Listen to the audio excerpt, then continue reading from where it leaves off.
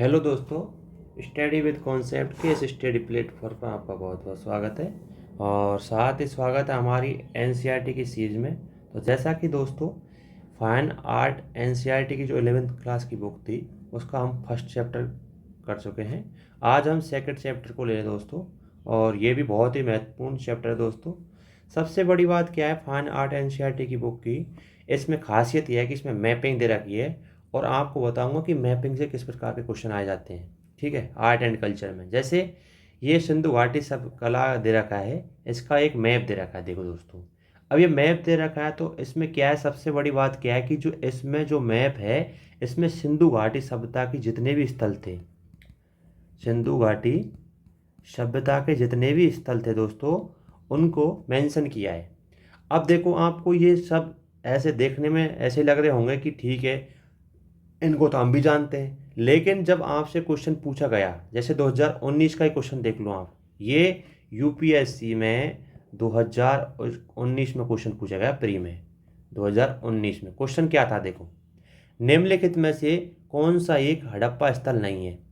चंदोहड़, मतलब चंदोहड़, और कोडदीजी, सोगरा और देसलपुर।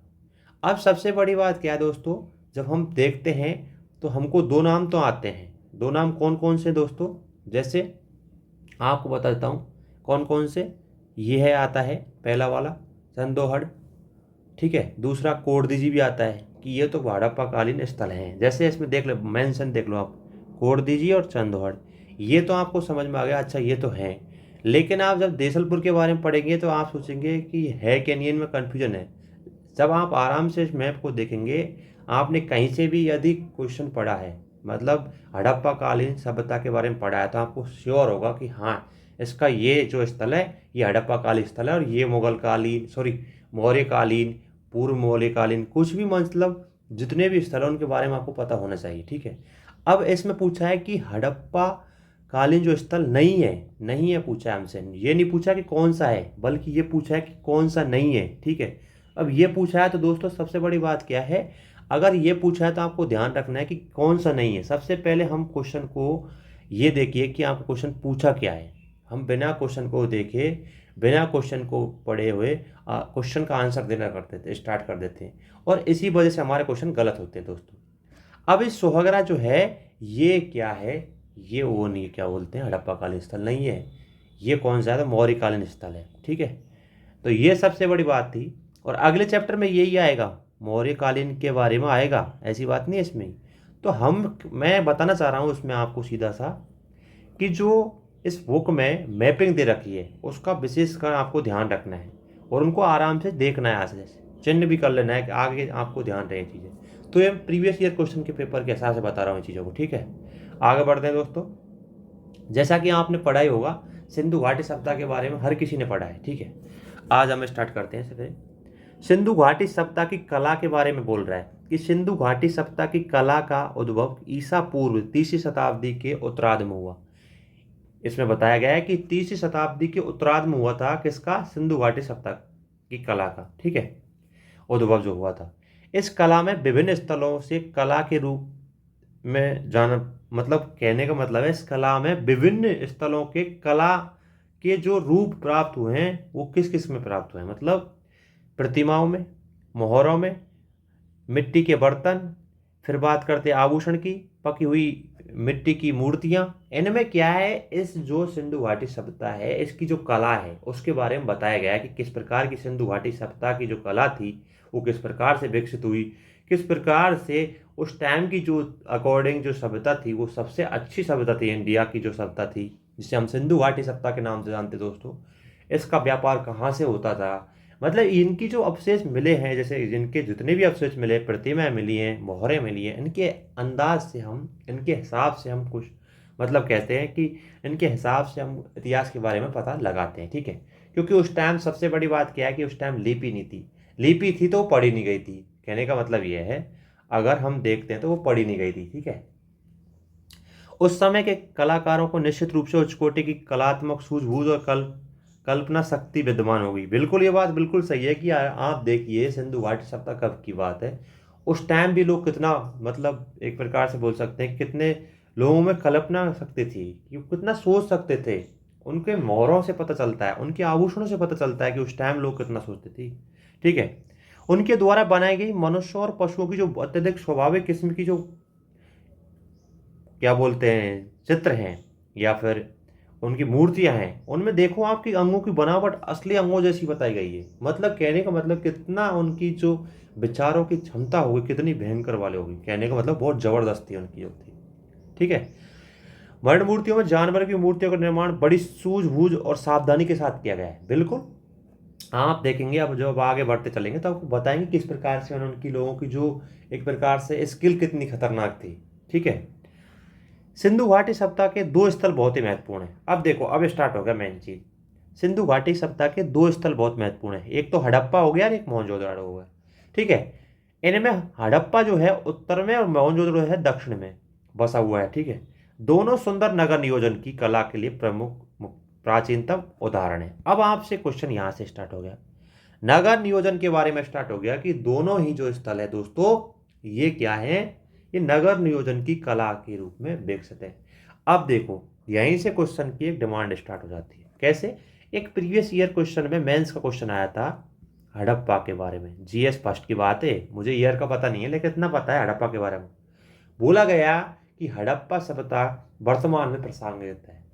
प्रासंगिकता ज्ञात बताइए मतलब हड़प्पा सभ्यता की वर्तमान में प्रासंगिकता बताइए। हड़प्पा की जगह सिंधु घाटी सभ्यता भी खोल सकते हैं, ऐसी बात नहीं। अब देखो प्रासंगिकता मतलब है वर्तमान में भी ऐसी चीज चल रही है क्या जो सिंधु घाटी सभ्यता में थी। इसमें सबसे बड़ी बात आती है नगर नियोजन की।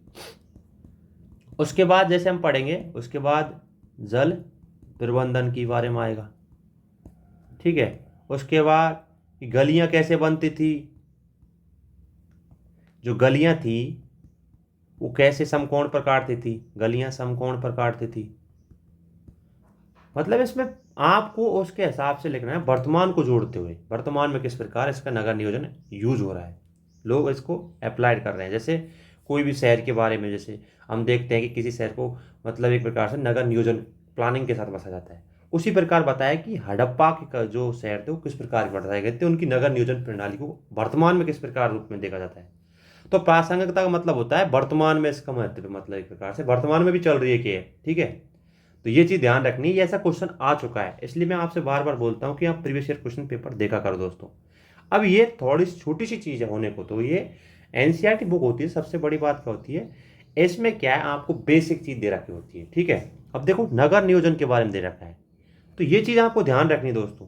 मैं इतना ही बता सकता हूं आपको कि इस प्रकार के क्वेश्चन पूछे जाते हैं यूपीएससी एंड पीसीएस की एग्जाम में, प्री और मेंस दोनों को बताते जा रहा हूं। ठीक है। अब आगे बढ़ते हैं। इन नगरों में रहने के लिए मकान, बाजार, भंडार घर, कार्यालय, स्नान, सार्वजनिक स्नान घर भी होते थे। ठीक है। अब बात करते हैं दोस्तों कि बात ये तो हो गई, और इसमें आगे बताया गया है, इसमें आगे भी बताया गया है दोस्तों कि देखो मैंने अभी आपको बताया था, आगे भी बताया देखो कि इन नगरों में जल निकासी की व्यवस्था बहुत अच्छी विकसित थी। अब देखो अभी मैंने आपको क्वेश्चन बताया कि वर्तमान में हड़प्पा सभ्यता की प्रासंगिकता बताइए। अब देखो उसमें दो मेंशन हो गए, एक तो नगर नियोजन हो गया, एक जल निकास प्रणाली होगी, एक जल निकास प्रणाली होगी। अब इनको आपको एक प्रकार से पॉइंट वाइज लिख लेना है कि देखो नगर नियोजन, फिर उसके बाद जल निकास प्रणाली, और फिर जैसे जैसे आप पढ़ते चलेंगे तो इसमें चीजें आती चलेंगी। तो ऐसे ध्यान रखना है चीजों का। ठीक है।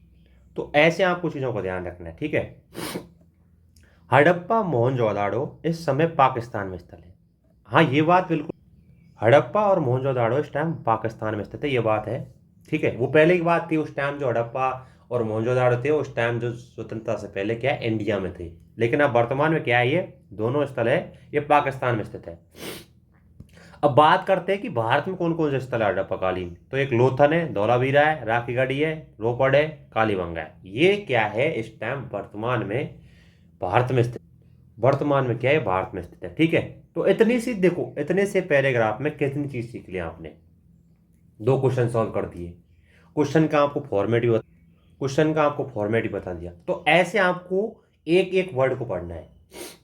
जब भी आप एनसीईआरटी पढ़ो या बेसिक बुक पढ़ो या स्टैंडर्ड बुक पढ़ो तो आपको आराम से एक एक बुक पढ़ना है, मतलब एक प्रकार से एक एक वर्ड पढ़ना है दोस्तों, क्या कह रहा है आखिर। जैसे जैसे आप इसमें देखो, अब बात देखो मैं आपको बताता हूँ सबसे बड़ी, आपको क्या करना है देखो, जैसे इसमें नगर नियोजन दे रखा है, तो नगर नियोजन के बारे में देखो, सोचो कि आखिर नगर नियोजन होता क्या है।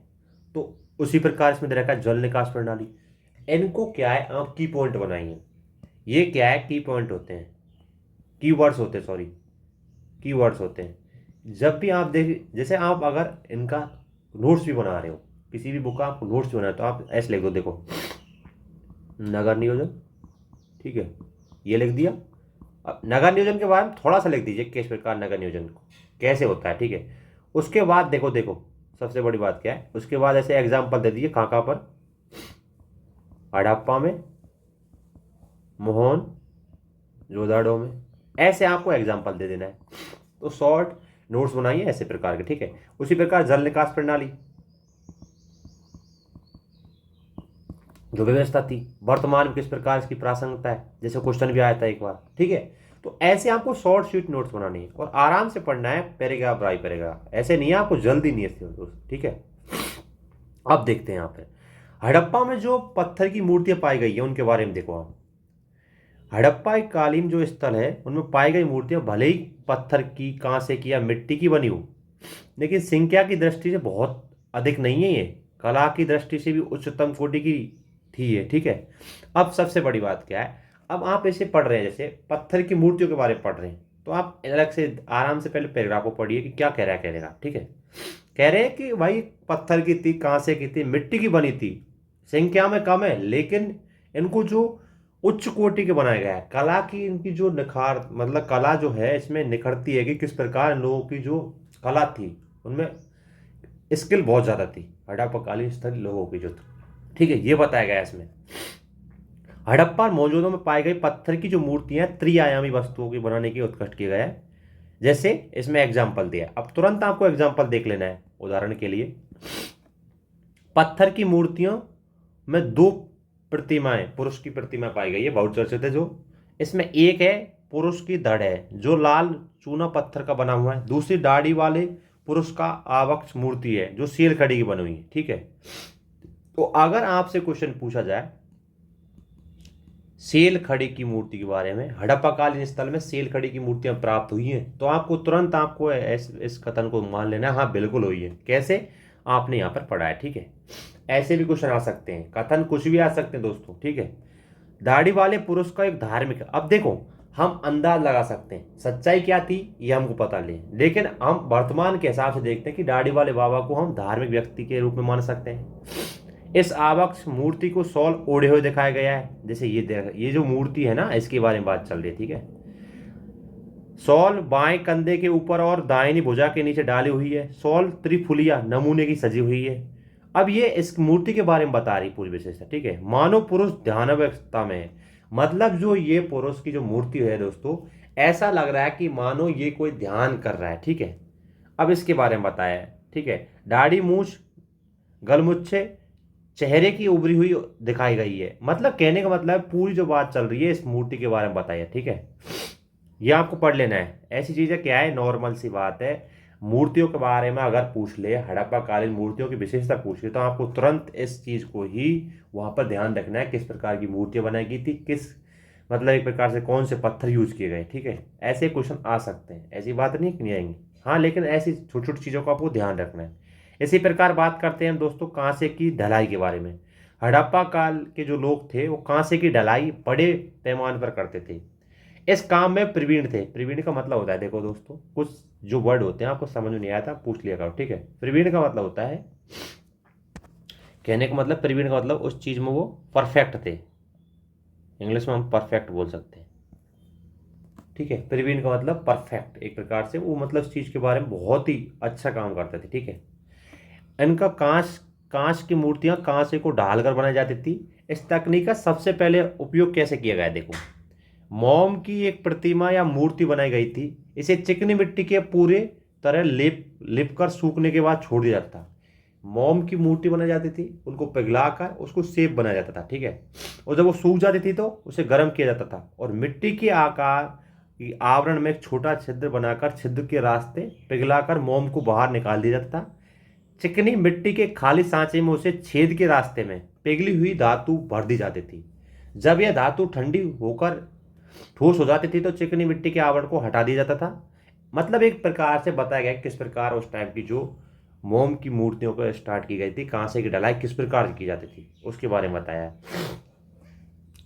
कांस में मनुष्य और जानवर दोनों की मूर्तियां पाई गई। अब ये चीज ध्यान रखनी है, कांस मूर्तकालीन जो मूर्ति थी, कांस से बनी हुई थी, वो क्या है, एक तो मनुष्य की भी थी और जानवर की थी।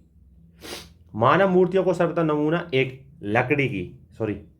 लड़की की मूर्ति है जिसे नर्तिका के रूप में जाना गया है।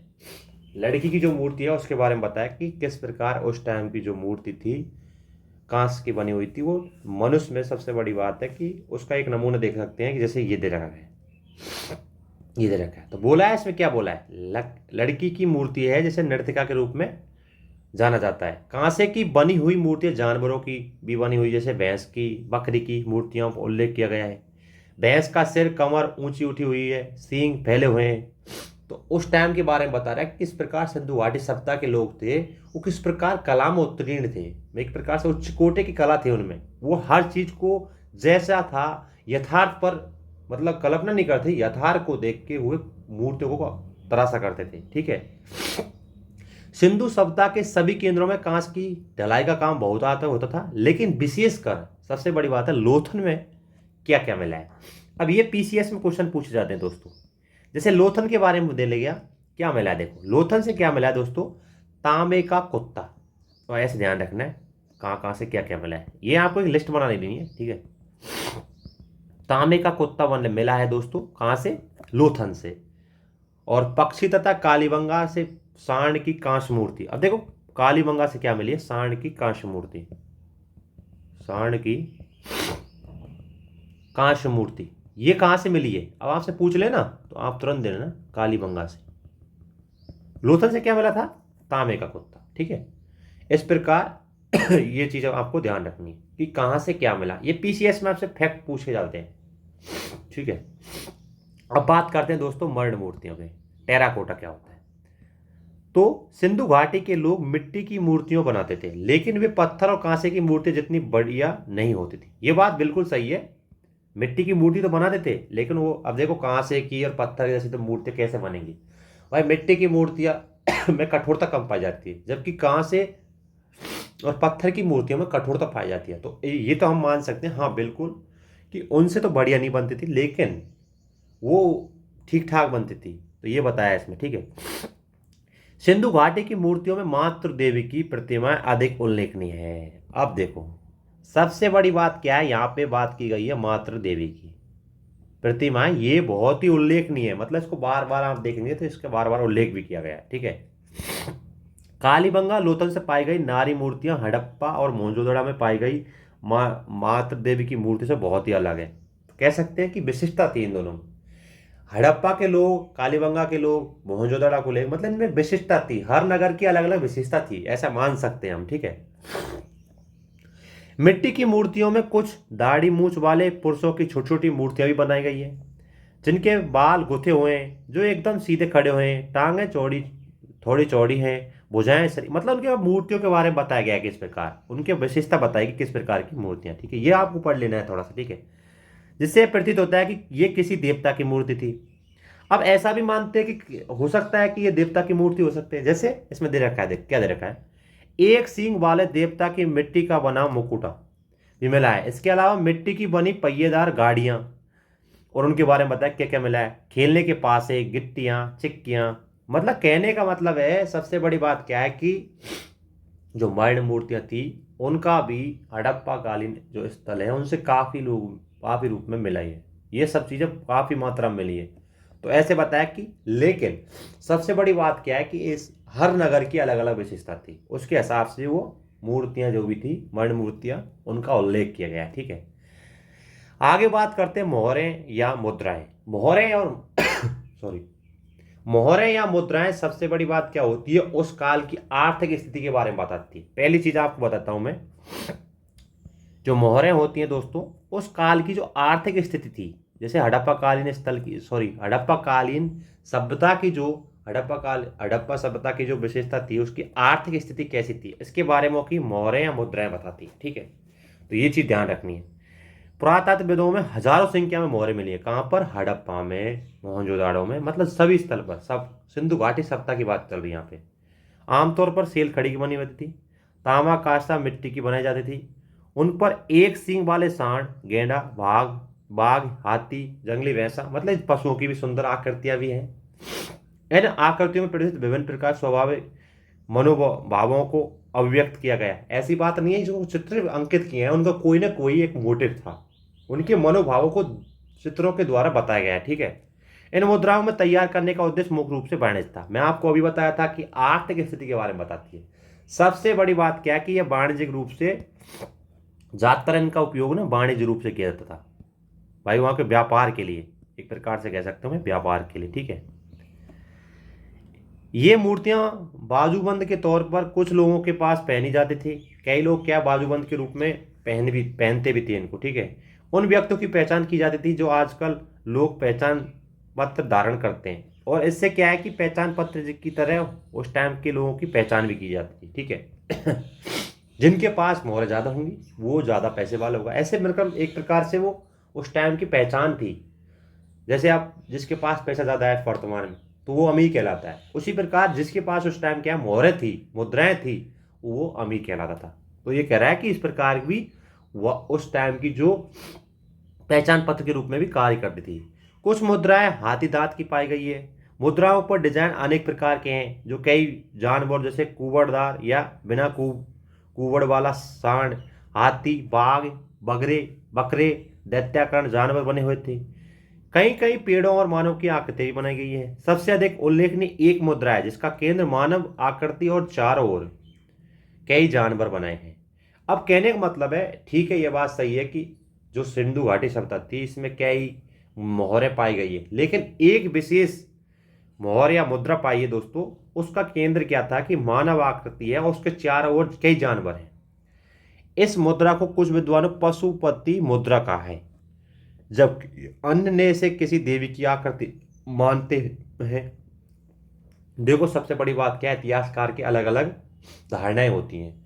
कोई तो बोल रहा है कि ये जो मोहर मिली है या मुद्रा मिली है ये पशुपति मुद्रा है, कोई बोल रहा है कि ये देवी की मूर्ति है। अब ये क्या है, इतिहासकारों के व्यू हैं अपने अपने। ठीक है, इस मुद्रा में मानव आकृति पालथी मार कर बैठाई गया है, ऐसे बताया गया है उसमें। ठीक है, और इस मानव की आकृति के दाईं ओर एक हाथी, बाघ, और जबकि बाईं ओर गेंडा और भैंसा भी दिखाई गई है।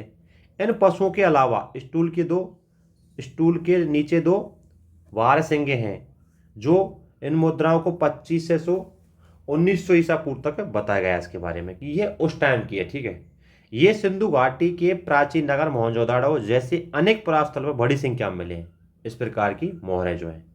इन मुद्राओं के अलावा तांबे की वर्गाकार आयताकार पट्टियां भी पाई गई है, जिसमें एक और मानवाकृति और दूसरी ओर अभिलेख है।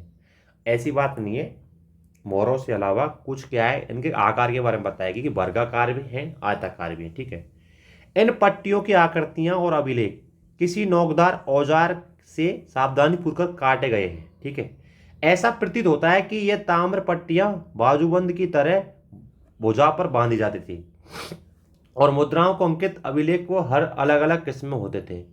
अब देखो सबसे बड़ी बात क्या है कि इस जैसे मुद्रा या मोहरों के बारे में बताया सबसे इस पूरे पैराग्राफ में, एक चीज ध्यान रखनी, क्या ध्यान रखनी दोस्तों, कि उस टाइम की जो आर्थिक स्थिति उसके बारे में बताता है। दूसरी बात, लोगों के रहन सहन के बारे में बताता है। कैसे? जैसे किसी के पास जैसे मान लो मुद्रा ज़्यादा है, उस टाइम की मुद्रा या मोहर ज़्यादा है, तो वो क्या था, उसकी सामाजिक प्रतिष्ठा को भी दिखाता था। कैसे? कि वो भाई जिसके पास ज़्यादा मुद्रा है, ज़्यादा मोहर हैं, वो पैसे वाला है उस टाइम का, एक प्रकार से उस टाइम की चीज़ है। ठीक है, और इसमें क्या है, उस टाइम की जो प्रकृति है, उस टाइम की जो मुद्रा है उनमें अंकित की गई चित्रों में, जैसे प्रकृति के बारे में, जानवरों के बारे में, इनके चित्र बनाए गए हैं। इन चित्रों से क्या है दोस्तों, उस काल के जो लोग थे सिंधु घाटी सभ्यता के, वो क्या करते थे, एक तो जानवर एवं प्रकृति की पूजा करते होंगे, क्या पता, ऐसा अंदाज लगाते हैं। तो वो क्या है, प्रकृति से और जानवरों से मतलब एक प्रकार से जागरूक थे, उनको बारे में जानते थे, कहने का मतलब। इसलिए तो वहां उस टाइम के मोहरे या मुद्राओं या मूर्तियों में भी उनको अंकित किया गया है। ठीक है, तो हम बोल सकते हैं प्रकृति प्रेमी थे। ठीक है, ऐसे चीजों को ध्यान रखना है, एक चीज से दूसरी चीज को रिलेट करना है। ठीक है, ऐसे आपको नोट्स बनाने, मतलब इस प्रकार सोचना है, तब तो आपको ये एनसीईआरटी काम आएगी, वरना आप कोई काम नहीं आने वाले दोस्तों। यही है सच्चाई। तो आपको कोई चीज पढ़ना है ना, आप रामायण की तरह मत पढ़ो। जैसे मैंने आपको बता दी कैसे इस पैराग्राफ को पढ़ा, आपने तुरंत देख लियो, तुरंत देखो कि ऐसे किस प्रकार के, मतलब ऐसे क्वेश्चन भी आ सकता है, क्वेश्चन मेंस में किस प्रकार के क्वेश्चन आ सकता है, इनसे जोड़कर। ठीक है, अब है मृदभांड के बारे में। जैसे हम वर्तमान में बर्तनों को देखते हैं, उसी प्रकार मृदभांड होते थे उस टाइम। ठीक है, इन पुरास्थलों में बड़ी संख्या में मृदभांड, मिट्टी के बर्तनों की सख्त सूरत, शकल और सूरत तथा उन्हें बनाने की शैलियां हमें तत्कालीन डिजाइन से भिन्न मिलती है। ठीक है, लेकिन धीरे धीरे विकसित हुई थी। बात यह है, मिट्टी के बर्तन अधिकतर कुम्हार के चाक से बनाए गए बर्तन थे।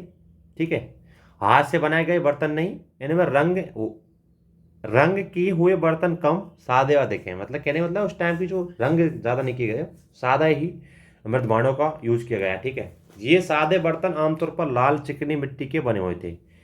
इनमें कुछ अंदर लाल स्लेटी लेप लगी होती थी। गुंडीदार पात्र है जो गुंडियों में पंक्तियों में सजे हुए हैं, जैसे ये बताया। कहने का मतलब, तो कहने का मतलब उस टाइम के मृदभांडों के बारे में बताया। ठीक है, बहुरंगी मृदभांड बहुत कम मिले हैं, मतलब सादा ही मृदभांड मिले हैं। ठीक है, मुख्यतः छोटे छोटे कलश शामिल है, लाल काले हरे कभी कभार सफेद पीले जामती आकृति के बने मिलते थे।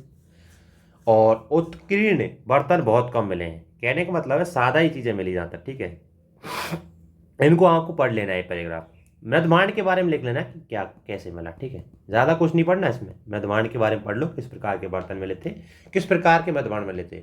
उस टाइम के मृदभांड थे वो तो पहली बात तो सादा थे। ठीक है, ज्यादा उसमें रंग बिरंगी चीजें नहीं बताई गई। ठीक है, किस प्रकार के थे इसके बारे में बताना है बस। इस पैराग्राफ में इतना सही है, ज्यादा कुछ नहीं पढ़ना। ठीक है, आगे बात करते हैं आभूषण।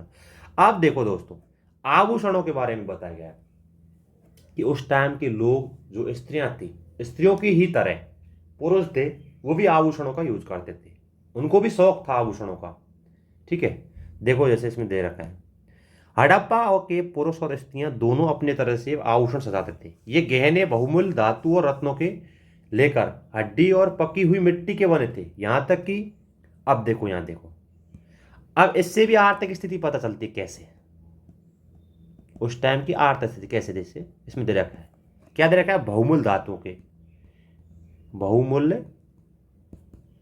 धातुओं के, ठीक है, एवं रत्नों। अगर इसके आभूषण बने हुए हैं तो इससे क्या पता चलता है कि वो लोग अमीर होगा, वो बंदा क्या अमीर होगा। अब दूसरी बात दे रखा है हड्डियों से, और जिसके पास हड्डी एवं मिट्टी के आभूषण है उससे क्या पता चलता है कि वो गरीब होगा। तो इससे सामाजिक प्रतिष्ठा का पता चलता है। ठीक है, तो ये चीज बता रहा हूं मैं बस। ठीक है, गले में हार, फीते, बाजूबंद, अंगूठियां आमतौर पर पुरुषों और स्त्रियों के दोनों के समान रूप से पहनी हुई हैं, पर करदनियां, मतलब इनके बारे में बताया। ठीक है, पैरों के कड़े, पजेनियां स्त्रियों पहनी थी। मोहनजोदाड़ो और लोथन से ढेरों गहने मिले हैं।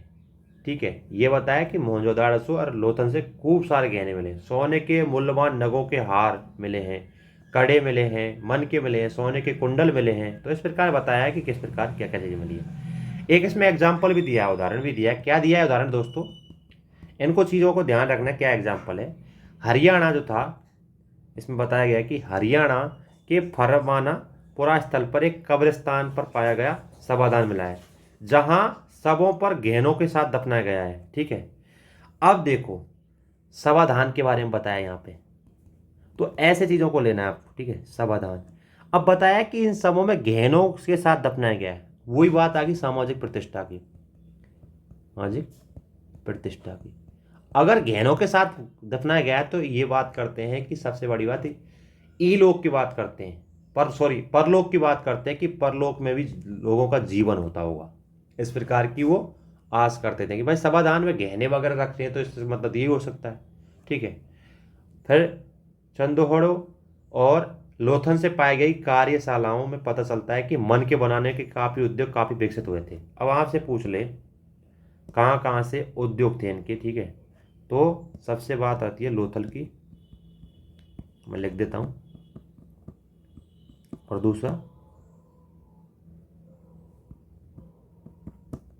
चंदोहड़ो। ठीक है, इनमें मिला है, तो यहाँ पर उद्योग विकसित थे, तो ये चीज़ ध्यान रखनी है। फिर वही बात आ गई इनके बारे में, किस प्रकार ये बनाए जाते थे, कैसे बनाए जाते थे, तो ये आपको नॉर्मल पढ़ लेना है। ठीक है, अब बात करते हैं आगे इस पैराग्राफ से। हड़प्पा के लोग पशु, विशेष रूप से बंदरों गलरियों के नमूने बनाते थे। एक असली दिखाई गई है, मतलब कहने का मतलब ये है, ये लोग क्या है, जानवरों को भी प्रेम करते थे। ठीक है, जानवरों को प्रेम करते थे। प्रकृति के बारे में भी ये इनके चित्र जो अंकित हुए हैं, मूर्ति अंकित हुई है, उनमें भी ये बात की गई है। ये चीज़ आपको ध्यान रखनी है, इतनी सी पैराग्राफ में बहुत बड़ी बात कर दी। अगर आपसे क्वेश्चन आए ना हड़प्पा कालीन स्थल की विशेषता के बारे में, तो ये चीज़ आपको मेंशन करनी हो विद एग्जाम्पल। ठीक है, आगे बढ़ते हैं। सिंधु घाटी के घरों में बड़ी संख्या में तकिए, तुकुआ, चक्रियाँ में भी मिली हैं, जिससे पता चलता है कि उन काल में, अच्छा, जो कपास को हम कताई, कपास और ऊन की कताई करते हैं, वो जो उनकी मशीन होती थी उन्हें कहते थे तकुए, तो वो भी मिली है। तो ये क्या बताता है कि उस काल में भी कपास का यूज़ किया होता है। तो कपास से लोग उस टाइम क्या परिचित थे। ऐसा भी क्वेश्चन पूछ सकता है कि क्या हड़प्पा कालीन स्थल से जो प्राप्त हुए कपास, क्या वो कपास से मतलब एक प्रकार से उनकी पहचान थी कि नहीं थी, तो बिल्कुल थी कपास के बारे में, क्योंकि इसमें बताया भी गया है यहाँ। ठीक है, गरीब और अमीर दोनों के लोगों की कताई का आम रिवाज होता था। फिर वही बात बता दी किस प्रकार उस टाइम की गरीब और अमीर की जो विशेषताएं थी, किस प्रकार ध्यान में रखते हुए उन चीज़ों के बारे में बताया जाता था। ठीक है, आगे बढ़ते हैं दोस्तों। पुरातत्वीय खोजों में मिली चीजें, यह प्रतीत होता है, इनसे क्या क्या प्रतीत होता है, देखो, सिंधु घाटी के लोग साज श्रृंगार फैशन के प्रति बड़े जागरूक थे। अब देखो निष्कर्ष पर पहुंच चुके हैं हम, पूरे चैप्टर के निष्कर्ष के बारे में, कि इस टाइम के लोग जो थे फैशन के प्रति जागरूक थे। ठीक है, फिर आगे बताया कि पुरुष दाढ़ी मूछ रखते थे, स्त्रियां सुंदर दिखने के लिए सिंदूर काजल का उपयोग करती थी, लाली का प्रयोग करती थी। तो कहने का मतलब है साज सज्जा, इसका ज़्यादातर है हड़प्पा कालीन स्थल में क्या मिले, विशेषताएं मिली है, इस प्रकार के अवशेष मिले हमको, जिससे हम ये बात बता सकते हैं कि उस काल के जो लोग थे वो साज श्रृंगार और फैशन के प्रति बड़ा जागरूक थे। जैसे धौलावीरा में पत्थर के सांचों में अनेक अवशेष मिले हैं, जिनमें प्रकट होता है कि सिंधु घाटी के लोग अपने घर के आदि के निर्माण में पत्थर का यूज करते थे। ठीक है, सिंधु घाटी के कलाकार शिल्पकार अनेक शिल्पों में अत्यधिक पारंगत थे, जिसमें धातु का ढलाव। अब ये बात करते हैं शिल्पकारों की।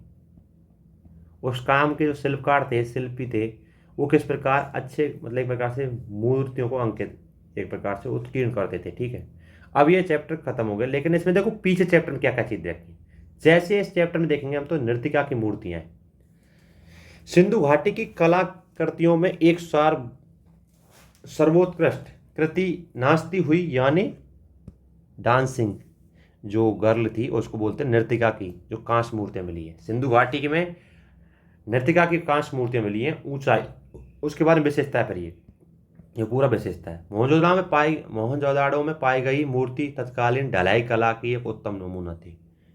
ठीक है, नृतिका की त्वचा का रंग सांवला दिखाया गया है, लगभग निर्वस्त्र है, और उनके लंबे केस सिर के पीछे जोड़े के रूप में गुथे हुए हैं। अब ये पूरी चीज बताइए ना, ये इस मूर्ति के बारे में विशेषता है। ठीक है, यहाँ आपको पढ़ लेना है। ठीक है, ये पूरा बताया गया है किस प्रकार इसके शारीरिक ऊर्जा को उत्पन्न करता है ये मूर्ति। ठीक है, ये आपको नृतिका की मूर्ति के बारे में।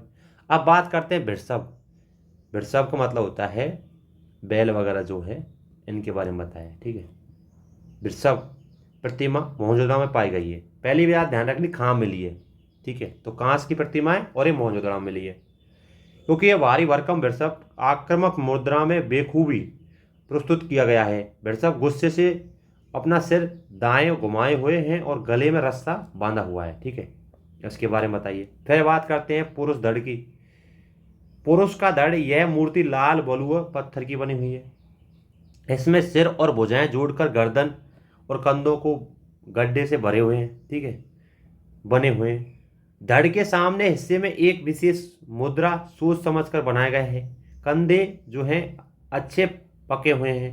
पेट कुछ बाहर निकला हुआ है। तो ये क्या है, धड़ को जो पहले आपको एक कुछ मतलब ऊपर आया था ना पैराग्राफ, उसमें बताया गया धड़ के बारे में, तो वो चीज़ बताई कि किस प्रकार धड़ के बारे में बताया। ठीक है, फिर बात करते हैं मृदवाणों की। चित्रित मृदवाण भी मिले हैं। मोहनजोदाड़ो में पाई गई एक पात्र कुम्हार की चाक पर चिकनी मिट्टी के बने हुए। कुम्हार ने अपनी कुशल उंगलियों की सहायता से एक आकर्षक रूप दिया और आग से पकाने के बाद वो मिट्टी का पात्र काले रंग का रंगा और इस पर बने चित्र वनस्पतियों और जामतियों के आकृतियों के हैं।